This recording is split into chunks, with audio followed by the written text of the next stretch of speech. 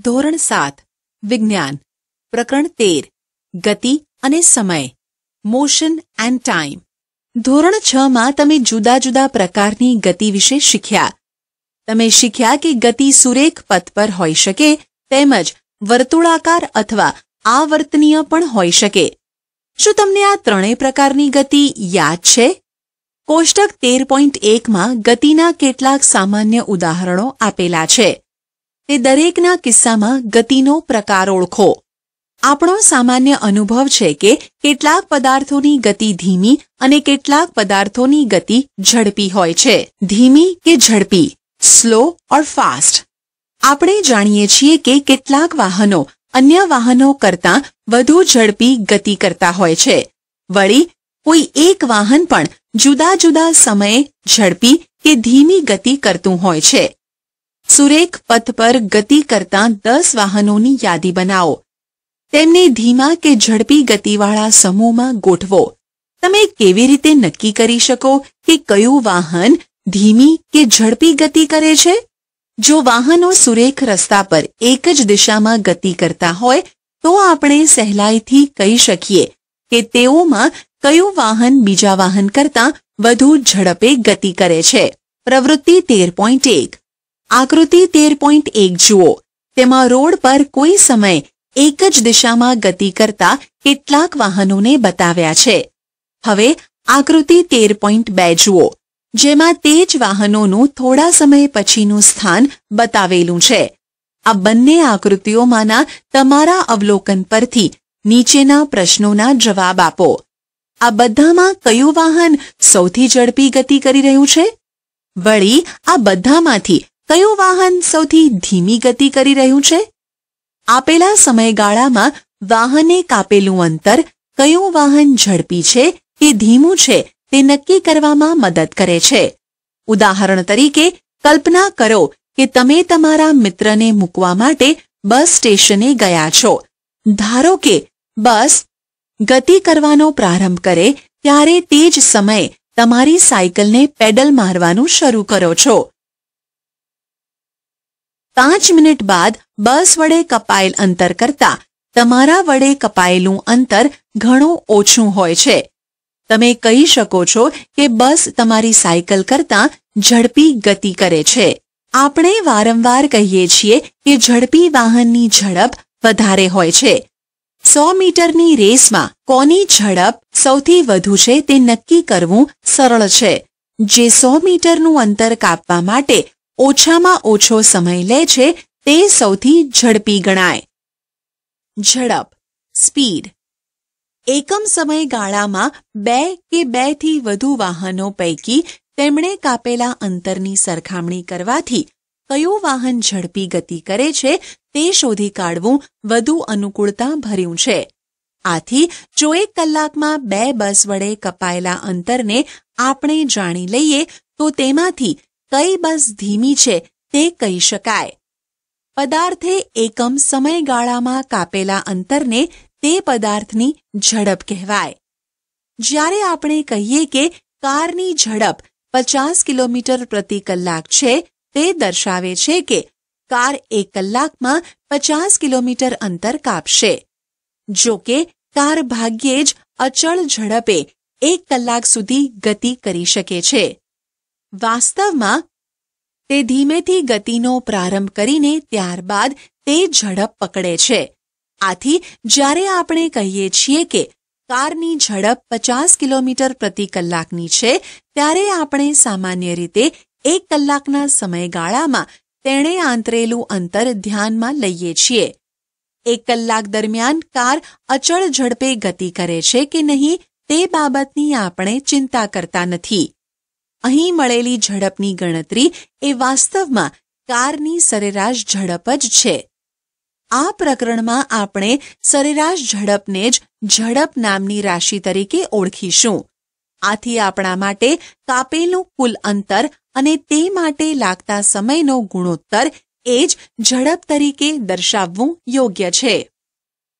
રોજબરોજના જીવનમાં લાંબા અંતર સુધી કે લાંબા સમયગાળા દરમિયાન અચળ ઝડપે ગતિ કરતો પદાર્થ ભાગ્યે જ જોવા મળે છે। જો સુરેખ પથ પર ગતિ કરતા પદાર્થની ઝડપ બદલાતી રહે તો તેવી ગતિને અનિયમિત ગતિ કહે છે. બીજી બાજુ સુરેખ પથ પર અચળ ઝડપે થતી પદાર્થની ગતિને નિયમિત ઝડપ કહે છે. આ કિસ્સામાં એટલે કે નિયમિત ઝડપવાળી ગતિના કિસ્સામાં સરેરાશ ઝડપ એ સાચી ઝડપ જેટલી જ હોય છે. આપેલ પદાર્થે ચોક્કસ અંતર કાપવા માટે લીધેલા સમય માપીને ઝડપ નક્કી કરી શકાય છે. અંતર કેવી રીતે માપવું તે તમે શીખી ગયા, પરંતુ આપણે સમય કેવી રીતે માપીશું? ચાલો તે શોધીએ. સમયનું માપન, મેઝરમેન્ટ ઓફ ટાઈમ. જો તમારી પાસે ઘડિયાળ ન હોય તો દિવસમાં કેટલા વાગ્યા છે તે તમે કેવી રીતે નક્કી કરશો? આપણા પૂર્વજો માત્ર પડછાયાને જોઈને દિવસમાં આશરે કેટલો સમય થયો તે કહી શકતા હતા. તમને વાતની નવાઈ લાગે છે ને? આપણે 1 મહિનાનો કે 1 વર્ષનો સમયગાળો કેવી રીતે માપી શકીએ? આપણા પૂર્વજોએ નોંધ્યું હતું કે કુદરતમાં બનતી ઘણી ઘટનાઓ ચોક્કસ સમયગાળે પોતાનું પુનરાવર્તન કરે છે. ઉદાહરણ તરીકે તેમણે શોધી કાઢ્યું કે રોજ સવારે સૂર્ય ઉગે છે. એક સૂર્યોદય બાદ બીજા સૂર્યોદય સુધીના સમયગાળાને એક દિવસ કહે છે. તે જ રીતે એક અમાસ પછી બીજી અમાસ વચ્ચેના માપેલા સમયગાળાને એક માસ કહે છે. સૂર્યની ફરતે પૃથ્વીને એક પરિક્રમણ પૂર્ણ કરવા માટે લાગતા સમયગાળાને 1 વર્ષ તરીકે નક્કી કરવામાં આવ્યો. એક દિવસના સમયગાળા કરતાં નાના સમયગાળાને માપવાની આપણને વારંવાર જરૂર પડે છે. ઘડિયાળ અને કાંડા ઘડિયાળ એ સમય માપનના સામાન્ય સાધનો છે. તમને ક્યારેય પણ નવાઈ લાગી છે કે ઘડિયાળ તથા કાંડા ઘડિયાળ કેવી રીતે સમયનું માપન કરે છે? ઘડિયાળની કામગીરી જટિલ હોય છે, પરંતુ તે બધી કોઈક આવર્ત ગતિનો ઉપયોગ કરતી હોય છે. આવર્ત ગતિનું સૌથી વધુ જાણીતું ઉદાહરણ સાદું લોલક છે.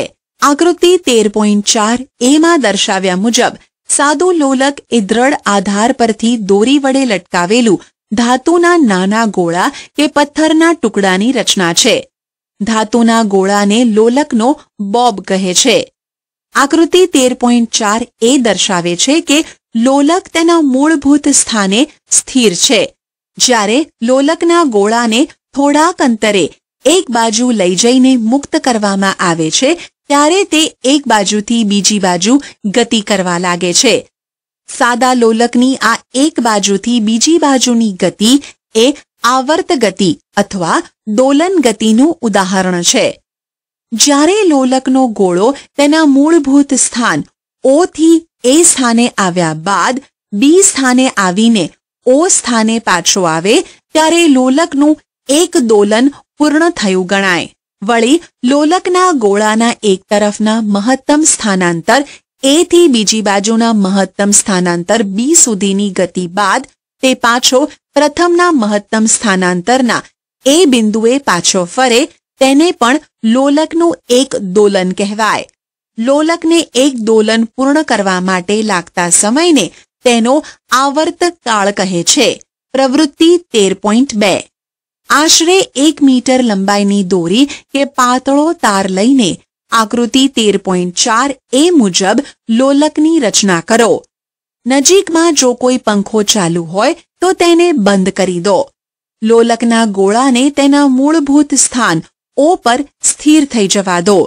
આ મૂળભૂત સ્થાનની નીચેની જમીન પર કે પાછળની દિવાલ પર નિશાની કરો. લોલકનો આવર્તકાળ માપવા માટે આપણને સ્ટોપ વોચની જરૂર પડશે. જો કે સ્ટોપ વોચ મળી શકે તેમ ન હોય તો ટેબલ ઘડિયાળ કે કાંડા ઘડિયાળ પણ વાપરી શકાય. લોલકને ગતિ કરાવવા માટે હળવેથી લોલકના ગોળાને પકડીને સહેજ એક બાજુ લઈ જાઓ. ધ્યાન રાખો કે જ્યારે લોલકને સ્થાનાંતર કરાવો ત્યારે દોરી સખત ખેંચેલી રહેવી જોઈએ. હવે ગોળાને તેની સ્થાનાંતરની સ્થિતિમાંથી મુક્ત કરી દો. યાદ રાખો કે જ્યારે ગોળાને મુક્ત કરો ત્યારે તેને ધક્કો મારવાનો નથી.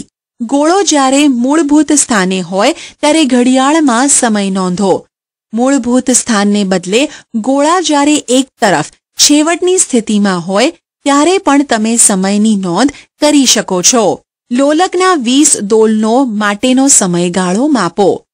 કોષ્ટક 13.2 માં તમારા અવલોકનો નોંધો. કોષ્ટકમાં પહેલું અવલોકન નમૂના તરીકે દર્શાવેલું છે. તમારા અવલોકનો નમૂનાના અવલોકન કરતાં જુદા હોવા જોઈએ. આ પ્રવૃત્તિનું થોડાક સમય સુધી પુનરાવર્તન કરીને તમારા અવલોકનની નોંધ કરો.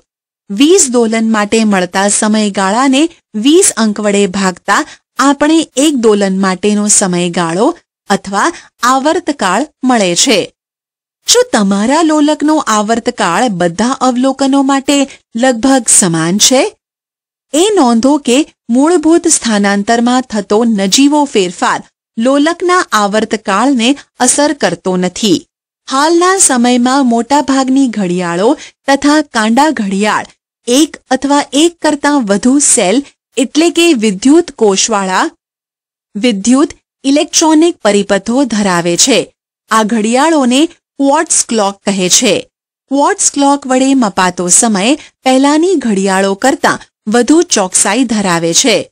આપેલા લોલકનો આવર્તકાળ અચળ હોય છે.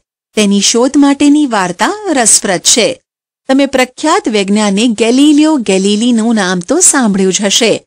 એવું કહેવાય છે કે એક વખત ગેલિલિયો ચર્ચમાં બેઠા હતા. તેમણે નોંધ્યું કે છતમાંથી સાંકળ વડે લટકાવેલ લેમ્પ ધીરે ધીરે એક બાજુથી બીજી બાજુ સુધી ગતિ કરે છે. તેમને એ જાણીને આશ્ચર્ય થયું કે લેમ્પ એક દોલન પૂર્ણ કરે તેટલા જ સમયમાં તેનો એક ધબકારો થાય છે. આ અવલોકનની ખાતરી કરવા માટે ગેલિલિયોએ જુદા જુદા લોલકો પર પ્રયોગ કર્યા હતા. તેમણે શોધી કાઢ્યું કે આપેલા લંબાઈના લોલકને એક દોલન પૂર્ણ કરવા માટે હંમેશા સમાન સમય જ લાગે છે. તેમનું આ અવલોકન લોલકવાળા ઘડિયાળના વિકાસમાં મદદરૂપ બન્યું. ચાવીવાળા ઘડિયાળ અને કાંડા ઘડિયાળ એ લોલકવાળા ઘડિયાળનું સુધારેલું સ્વરૂપ જ છે. સમય તથા ઝડપના એકમો units of time and speed. સમયનો મૂળભૂત એકમ સેકન્ડ છે. તેને એસ સંજ્ઞા વડે દર્શાવાય છે. સમયના મોટા એકમો મિનિટ, એમ અને કલાક એચ છે. આ એકમો પરસ્પર કેવો સંબંધ ધરાવે છે તે તમે જાણો છો. ઝડપનો મૂળભૂત એકમ કયો હોવો જોઈએ? ઝડપ એ અંતર અપોન સમય હોવાથી તેનો મૂળભૂત એકમ મીટર પર સેકન્ડ છે. જો કે તેને મીટર પર મિનિટ અથવા કિલોમીટર પર આવર જેવા એકમો વડે પણ દર્શાવી શકાય છે. તમારે એ યાદ રાખવું જોઈએ કે બધા એકમોની સંજ્ઞાઓ એકવચનમાં જ લખાય છે. ઉદાહરણ તરીકે 50 કિલોમીટર લખીએ છીએ 50 કિલોમીટર્સ નહીં, અથવા 8 સેન્ટીમીટર લખીએ છીએ 8 સેન્ટીમીટર્સ નહીં. બૂઝોને નવાઈ લાગે છે કે એક દિવસની કેટલી સેકન્ડ તથા એક વર્ષના કેટલા કલાક થાય? તમે તેને મદદ કરી શકશો? જરૂરિયાત મુજબ સમયના જુદા જુદા એકમો વાપરવામાં આવે છે. ઉદાહરણ તરીકે તમારી ઉંમરને દિવસ અને કલાકમાં દર્શાવવાને બદલે વર્ષમાં દર્શાવવી સગવડતા ભરી છે. તે જ રીતે તમારા ઘર અને સ્કૂલ વચ્ચે કાપેલા અંતર માટેનો સમય વર્ષમાં દર્શાવવો ડાપણ ભર્યું નથી. એક સેકન્ડનો સમયગાળો કેટલો મોટો કે કેટલો નાનો છે? તમને મોટેથી 2001 બોલતા જે સમય લાગે તે લગભગ 1 સેકન્ડ હોય. મોટેથી 2001 થી 2010 સુધી બોલીને ખાતરી કરો. સામાન્ય રીતે તંદુરસ્ત પુખ્ત વ્યક્તિની આરામની અવસ્થામાં તેનું હૃદય 1 મિનિટમાં લગભગ 72 ધબકારા કરે છે. સામાન્ય રીતે તંદુરસ્ત પુખ્ત વ્યક્તિની આરામની અવસ્થામાં તેનું હૃદય 1 મિનિટમાં લગભગ 72 ધબકારા કરે છે. એટલે કે 10 સેકન્ડમાં 12 વખત ધબકે છે. બાળકો માટે આ દર સહેજ વધુ હોય છે. લોલકવાળા ઘડિયાળો પ્રચલિત બન્યા તે પહેલાં દુનિયાના જુદા જુદા ભાગોમાં સમયના માપન માટેના ઘણા સાધનો વપરાતા હતા. છાયાયંત્રો, સનડાયલ્સ, જળઘડી અને રેતઘડી એ આવી રચનાઓના કેટલાક ઉદાહરણો છે. આ સાધનોની જુદી જુદી રચનાઓ દુનિયાના જુદા જુદા ભાગોમાં વિકાસ પામી હતી. ઝડપનું માપન મેઝરિંગ સ્પીડ. સમય અને અંતરનું માપન કેવી રીતે કરવું તે શીખી ગયા. તમે પદાર્થની ઝડપની ગણતરી કરી શકો છો? તો ચાલો આપણે જમીન પર ગતિ કરતા દડાની ઝડપ માપીએ. પ્રવૃત્તિ 13.3. જમીન પર ચોક પાવડર અથવા ચૂનાથી સીધી રેખા દોરીને તમારા મિત્રને તેનાથી 1 કે 2 મીટર દૂર ઊભા રહેવાનું કહો. આ રેખાને લંબ દિશામાં જમીન પર હળવેથી દડાને રગડાવવાની સૂચના આપો. દડો રેખાને ઓળંગે ત્યારે અને અટકી જાય ત્યારે તે માટેના સમયની નોંધ કરો. દડાને અટકી જવા માટે કેટલો સમય લાગ્યો? દડાએ રેખાને ઓળંગી તે સ્થાન અને દડો અટકી ગયો તે સ્થાન વચ્ચેનું અંતર માપો. તે માટે તમે ફૂટપટ્ટી કે માપન પટ્ટી વાપરી શકો છો. જુદા જુદા સમૂહો વડે આ પ્રવૃત્તિનું પુનરાવર્તન કરો. કોષ્ટક 13.3 માં અવલોકનોની નોંધ કરો. દરેક કિસ્સામાં દડાની ઝડપની ગણતરી કરો. તમને તમારા મિત્ર સાથે ચાલવાની ઝડપ કે સાયકલિંગની ઝડપની સરખામણી કરવી જરૂર ગમશે. તે માટે તમારે તમારી શાળાનું તમારા ઘરથી કે બીજા કોઈ સ્થાનથી અંતર જાણવું જરૂરી બને છે. ત્યારબાદ દરેક તે અંતર કાપવા માટે લાગતો સમય માપીને ઝડપની ગણતરી કરી શકે છે. તમારામાંથી કોણ ઝડપી છે તે જાણવું તમને ગમશે. કોષ્ટક 13.4 માં કેટલાક પ્રાણીઓની ઝડપ કિલોમીટર પર આરમાં આપેલી છે. તમે તેને જાતે મીટર પર સેકન્ડમાં ગણી કાઢો. પૃથ્વીની ફરતે પોતાની ભ્રમણકક્ષામાં ફરતા ઉપગ્રહોને લઈ જતું રોકેટ 8 કિલોમીટર પર સેકન્ડ સુધીની ઝડપ સહેજે પ્રાપ્ત કરે છે. બીજી બાજુ કાચબો આશરે 8 સેન્ટીમીટર પર સેકન્ડની ઝડપે ગતિ કરી શકે છે.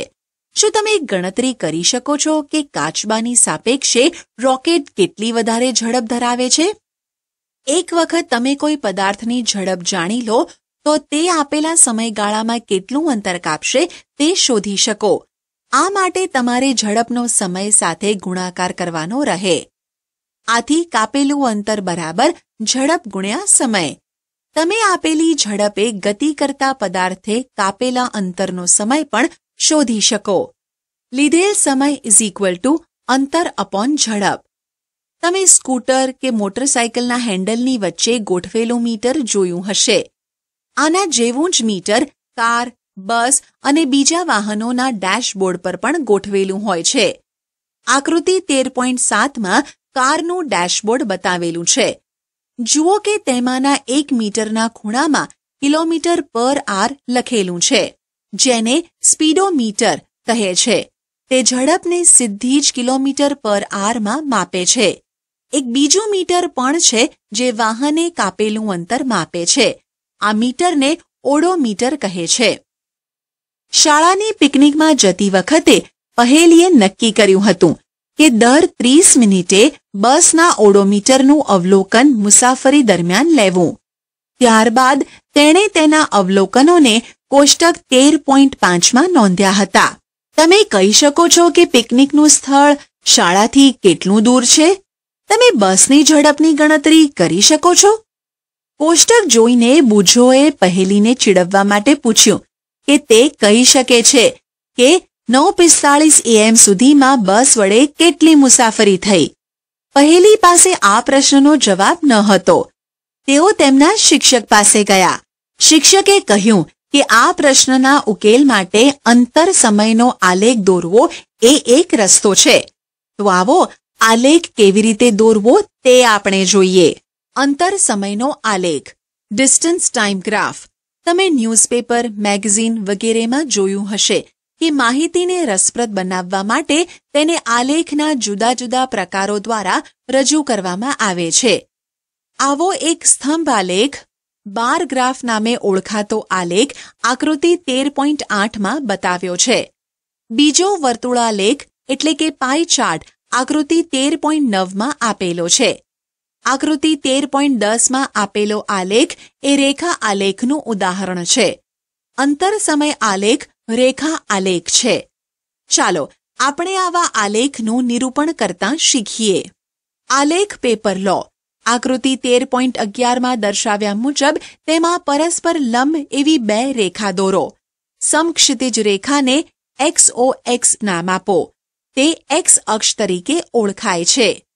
તે જ રીતે ઊભી રેખાને YOY' નામ આપો. તે Y અક્ષ તરીકે ઓળખાય છે. XOX' તથા YOY' રેખાઓના છેદન બિંદુને ઉગમ બિંદુ O કહે છે. જે બે રાશિઓ વચ્ચેનો આલેખ દોરવાનો હોય તેમને આ બે અક્ષ પર દર્શાવાય છે. આપણે X અક્ષ પરના ધન મૂલ્યને OX દિશામાં દર્શાવીએ છીએ. તે જ રીતે Y અક્ષ પરના ધન મૂલ્યને OY દિશામાં દર્શાવાય છે. પ્રસ્તુત પ્રકરણમાં આપણે રાશિઓના માત્ર ધન મૂલ્યો જ ધ્યાનમાં લઈશું. આથી આપણે આકૃતિ 13.11ના છાયાવાળા ભાગનો જ ઉપયોગ કરીશું. બુજો અને પહેલીએ કાર વડે કપાયેલું અંતર અને તે માટે લાગતા સમયને શોધી કાઢ્યો. તેમની માહિતી કોષ્ટક 13.6માં આપેલી છે. નીચે આપેલા ક્રમ સ્ટેપ્સ મુજબ તમે આલેખ દોરી શકો છો. આકૃતિ 13.11 મુજબ પરસ્પર લંબ એવી બે રેખાઓ દોરીને તેમને OX તથા OY નામ આપો. X અક્ષ પર તથા Y અક્ષ પર કઈ રાશિઓ દર્શાવવી છે તે નક્કી કરો. પ્રસ્તુત કિસ્સામાં આપણે સમયને X અક્ષ પર અને અંતરને Y અક્ષ પર દર્શાવીશું. અંતર તથા સમયને દર્શાવવા માટે યોગ્ય પ્રમાણ એટલે કે પ્રમાણ માપ પસંદ કરો. કારની ગતિ માટે પ્રમાણ માપ આ મુજબ લઈ શકાય. સમય 1 મિનિટ = 1 સેન્ટીમીટર. અંતર 1 કિલોમીટર = 1 સેન્ટીમીટર. તમે પસંદ કરેલા પ્રમાણ માપ મુજબ સમય તથા અંતરના મૂલ્યોને જે તે અક્ષ પર નોંધો. કારની ગતિ માટે X અક્ષ પર O થી 1 મિનિટ, 2 મિનિટ વગેરેની નોંધ કરો. તે જ રીતે Y અક્ષ પર અંતરને 1 કિલોમીટર, 2 કિલોમીટર વગેરેને નોંધો.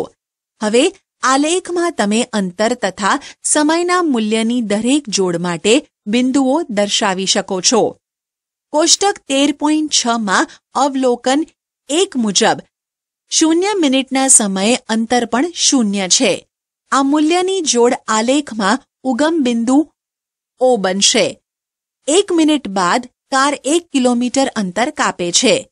આ જોડની કિંમતને દર્શાવવા માટે X અક્ષ પર 1 મિનિટ દર્શાવતા બિંદુને જુઓ. તે બિંદુમાંથી Y અક્ષને સમાંતર રેખા દોરો.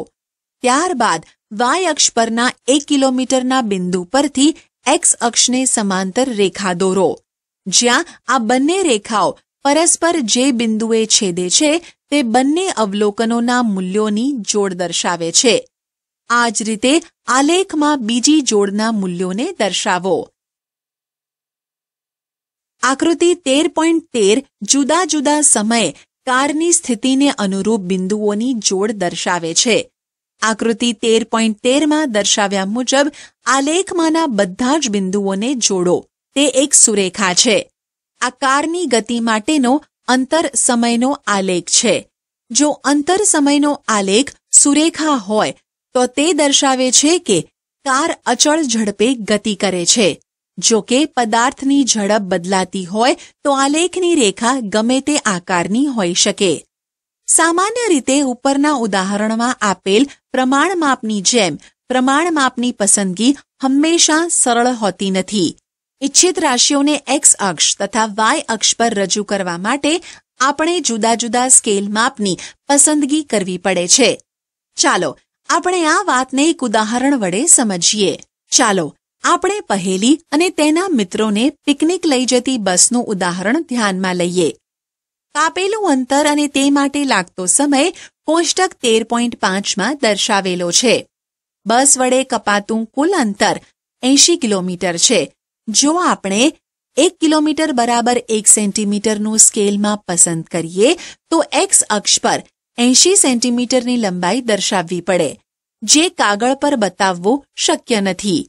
બીજી બાજુ 10 કિલોમીટર બરાબર 1 સેન્ટીમીટરનું સ્કેલ માપ લેતા X અક્ષની લંબાઈ માત્ર 8 સેન્ટીમીટરની જ થાય, જે અનુકૂળ પણ છે અને આલેખપત્રના ખૂબ જ નાના ભાગમાં સમાઈ જાય. આલેખને દોરવા માટે સૌથી વધુ અનુકૂળ પ્રમાણમાં પસંદ કરવો જોઈએ, જે માટે કેટલાક મુદ્દા ધ્યાનમાં લેવા જરૂરી છે. પ્રત્યેક રાશિના મહત્તમ તથા ન્યૂનતમ મૂલ્ય વચ્ચેનો તફાવત. પ્રમાણ માપની એવી પસંદગી કે દરેક રાશિના વચગાળાના મૂલ્યોને આલેખમાં દર્શાવવા અનુકૂળ બને અને આલેખપત્રના મહત્તમ ભાગનો ઉપયોગ આલેખ દોરવા માટે થાય. ધારો કે આપણી પાસે 25 સેન્ટીમીટર ગુણ્યા 25 સેન્ટીમીટરના માપનો આલેખ પેપર છે. કોષ્ટક 13.5ની માહિતીને ઉપરની શરત મુજબ રજૂ કરવા માટેનું પ્રમાણ માપ નીચે મુજબ હોઈ શકે.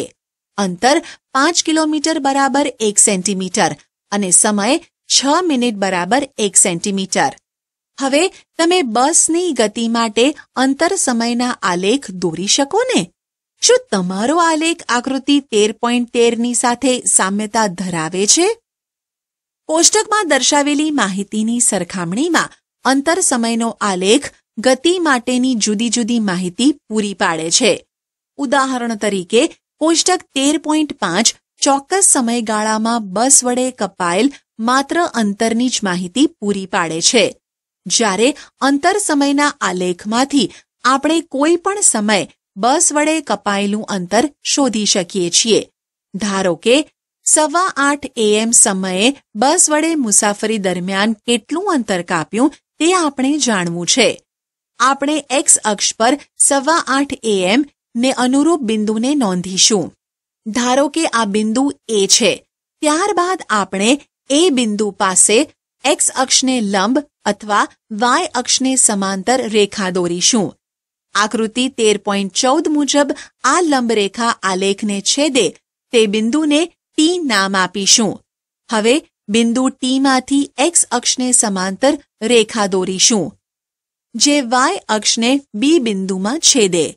વાય અક્ષ પર બી બિંદુને અનુરૂપ મળતું અંતર ઓબી છે, જે 8:15 AMના સમયે બસ વડે કપાતું કુલ અંતર કિલોમીટર એકમમાં આપે છે. આ અંતર કેટલા કિલોમીટર છે? હવે તમે પહેલીને 9:45 AMના સમયે બસ વડે કેટલું અંતર કપાયું તે શોધવામાં મદદ કરી શકો ને? વળી તમે બસની મુસાફરીના અંતર સમયના આલેખ પરથી બસની ઝડપને શોધી શકો ખરા?